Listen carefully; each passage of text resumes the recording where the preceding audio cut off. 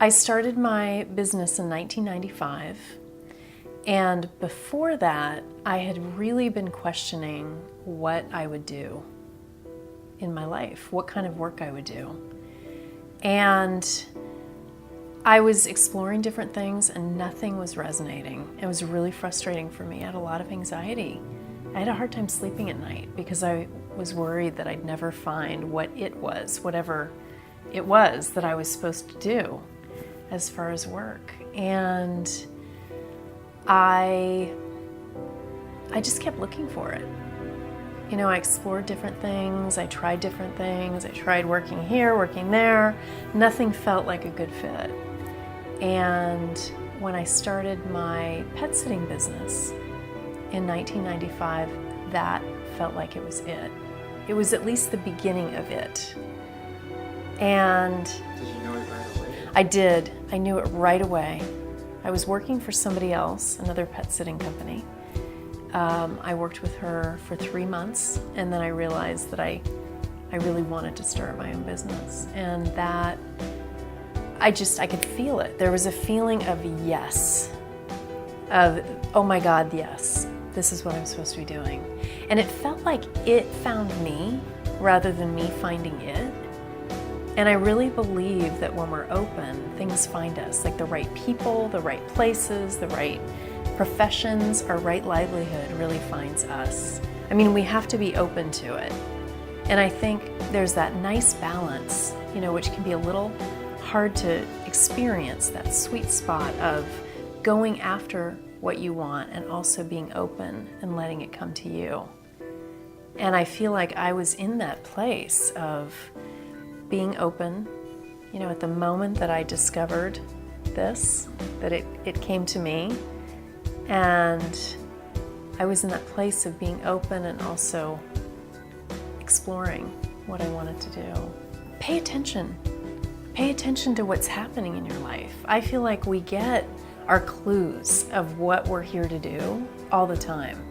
And I can see it now. I look back over the course of my life and I realized from a very early age I loved animals and I loved people. And I loved being autonomous. There was a feeling of independence in me at a very early age, and so I think that was indicative of me becoming a business owner. You know, and the love of animals was a clue for me starting my pet sitting company. And even the writing was very present at a very early age. I started writing, and I would write letters to my friends, and I was like this voracious writer at a young age, and so it makes sense that I would write books. You know, I can see now that James Hillman talks about this. He's no longer alive, but he wrote some incredible books. The Soul's Code was one of the books that he wrote, and he talks about how the oak tree is planted in the acorn already. Like, even though you look at an acorn, it's so tiny, you can't see the oak tree, but it's there. And we all are the oak tree.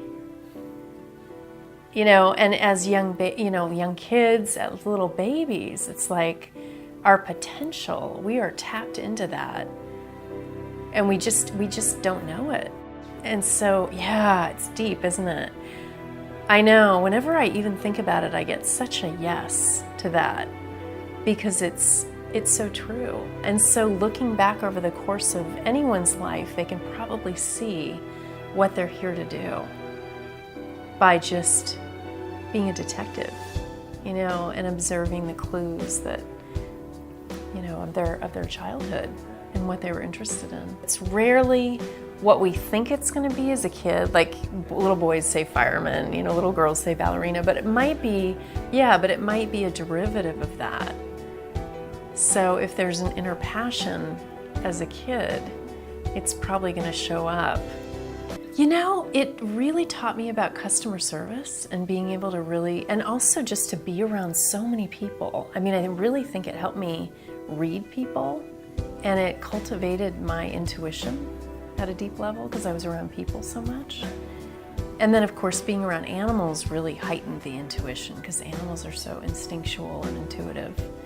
So I think both of those have really heightened that part in me that can really see past what people are saying and even whatever they're presenting, but to really go in and really see what's at the heart of what they want to create and who they are.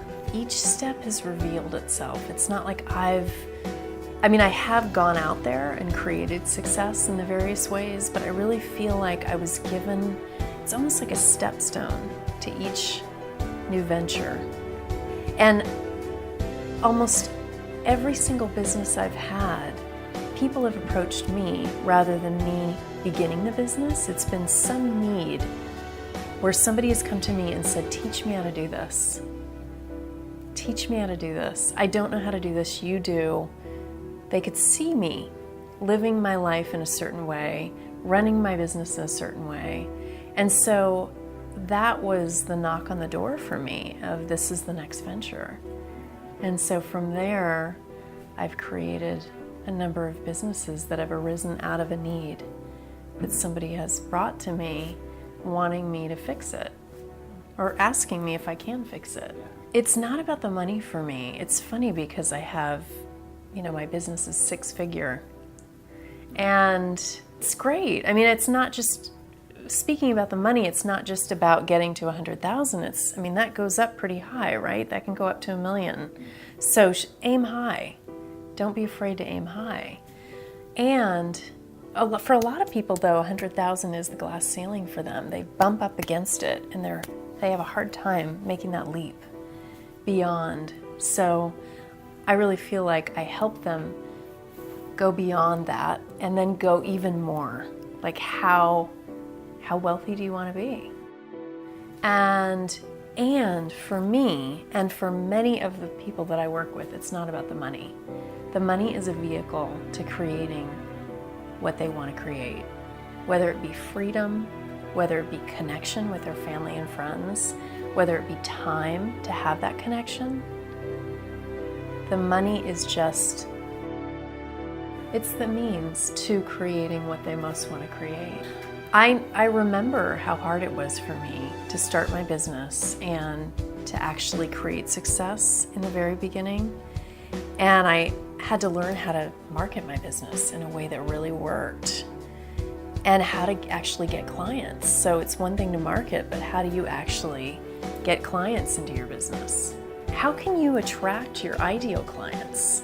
So that's the thing. You can get a lot of clients, but how can you attract the kind of people that you really want to work with and who really want to work with you? I feel like I fell on my face a lot as a business owner in the very beginning.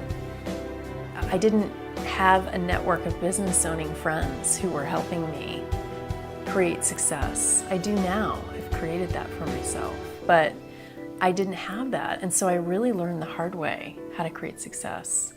And that's the joy that I love giving to business owners, is showing them how to create success. And they don't have to reinvent the wheel. They get to work with me for a month or two and really watch their profits rise. I feel like if I can teach them what I learned in my almost 2 decades of working as a business owner, if I can teach them that in a short amount of time, which I'm committed to doing, and that's what I do, then they can bypass all of those mistakes and falling on their face. I am committed to helping business owners double, triple, even quadruple their profits.